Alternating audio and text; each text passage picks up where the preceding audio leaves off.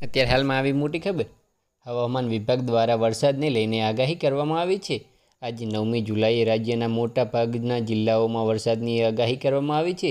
ત્યારે અમદાવાદ ગાજવીજ સાથે મેઘરાજાની એન્ટ્રી થઈ ગઈ છે. છેલ્લા 4-5 દિવસ છૂટા છવાયો વરસાદ પડ્યો હતો. જો કે લોકો ભારે ઉકળાટ અને અસહ્ય ગરમીને લીધે પરેશાન થઈ ગયા હતા. આજે વરસાદને પગલે વાતાવરણમાં ઠંડક થતાં શહેરીજનોને રાહત મળી છે.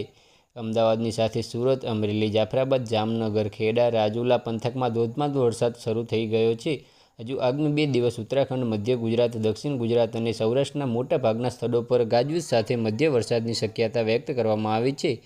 આજે વહેલી સવારે 6 થી 8 વાગ્યા સુધીમાં સુરત શહેરમાં 32 મીમી (1.5 ઇંચ) જેટલો વરસાદ ખાબક્યો હતો, જેના કારણે રસ્તા પર પાણી ભરાયા અને ટ્રાફિક જામના દ્રશ્યો સર્જાયા હતા. ધોધમાર વરસાદના લીધે વાહન ચાલકો મુશ્કેલીમાં મુકાયા હતા.